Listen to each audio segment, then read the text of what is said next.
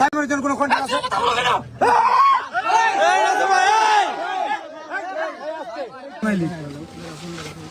আমি content creator, আমি মানবতার ফেরিওয়ালা, আমি মানবতার কাজে সবসময় নিয়োজিত থাকি। এনাফ, আমি এটাই করব। আমি কেন মানুষের পিছনে লাগতে যাব ভাইয়া? বুঝান আমাকে। আমি আমার কাজগুলো আমার জায়গা থেকে করব, একমাত্র আল্লাহ তাআলাকে দেখানোর জন্য করব। আমি কেন মানুষের পিছনে লাগতে যাব? কেন মানুষকে গালাগালি করব? কেন মারামারি করব? মুরব্বীর একটা কথা বলতো, অতি ধকপকানি জীবনের ক্ষয়। কথাটা মাথায় রাখেন ভাইয়া। ভিডিওটা যদি আপনার সামনে যায়, একটু মনোযোগ দিয়ে দেখবেন, কথাগুলো শুনবেন। আপনি মানবতার ফেরিওয়ালা, আপনি মানবতার কাজ করেন, ঠিক আছে। আর 2-4-5 জন মানুষও তো করে, তারা কয়জনকে দেখায়? হ্যাঁ, মানলাম আপনি এটা দেখিয়ে এটা থেকে ইনকাম করে সেটা দিয়ে আবার কাজ করেন, সো করেন, সমস্যা নেই। কিন্তু আপনি মানুষকে কেন গালাগালি করবেন না ভাইয়া? মানুষের সাথে কেন মারামারি করবেন? এগুলো তো ঠিক না ভাইয়া। বেশি লাফালাফিটা ভালো না।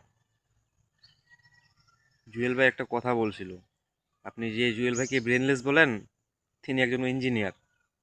তার ব্যবহারে বোঝা যায় সে কতটা ভালো মানুষ। আর আপনার ব্যবহারে বর্তমান কেমন বোঝা জানেন? আপনি একদম নেশা এডিক্টেড। জুয়েল ভাই বলছিল এক সময়, আমি সেই কথার বিরুদ্ধে গেছিলাম, কিন্তু আজকে দেখতেছি সেই কথাটাই বাস্তব। আপনি আসলে একজন এডিক্টেড মানুষ, না হলে আপনার ব্যবহার এরকম হয় না। মুরব্বীরা আরেকটা কথা বলে, অল্প বয়সে পাকিলে বাল, দুঃখ থাকে চিরকাল। সো কেয়ারফুলি ভাই, এখনো সাবধান হয়ে যান,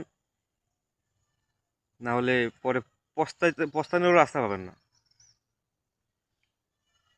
আর এই ভিডিওতে কিছু চামচারা হয়তো এসে গালাগালি করতে পারে আমাকে, সো আমি কাউকে ভয় পাই না। একটা কথা সবার উদ্দেশ্যে বলতেছি আমি, শুধু ওই মানুষটার পক্ষে না, আমি সবার মানে উদ্দেশ্যে বলতেছি। আপনারা কন্টেন্ট ক্রিয়েটর করেন, ইনকাম করেন, সেখান থেকে আপনারা মানবতার কাজে লিপ্ত থাকতে চান, মানুষের উপকার করতে চান, থাকেন ভাইয়া। কেউ আপনাদেরকে বাধা দিবে না। এটা আরো ভালো কাজ, আপনাদেরকে সবাই সাপোর্ট করবে। কিন্তু একজন আরেকজনের পিছনে লাগতে চান না, অনুরোধ লাগে। এইভাবে মানুষের প্রতি মানুষের বিশ্বাসটা উঠে যায়। আপনারা যখন ভালো কাজ করবেন, আপনাদের পাশে মানুষ দাঁড়াবে, এটাই স্বাভাবিক। কিন্তু যখন দেখবে যে আপনারা মারামারি করছেন, আপনারা দ্বন্দ্ব, একজন আরেকজনকে দেখতে পারতেছেন না, তখন তো মানুষের সেই আস্থাটা উঠে যাবে। অনুরোধ লাগে, আপনারা যে যার স্থান থেকে যেটুক পারেন সেটুক করেন। একজন আরেকজনের সাথে রেষারেষি করিয়েন না।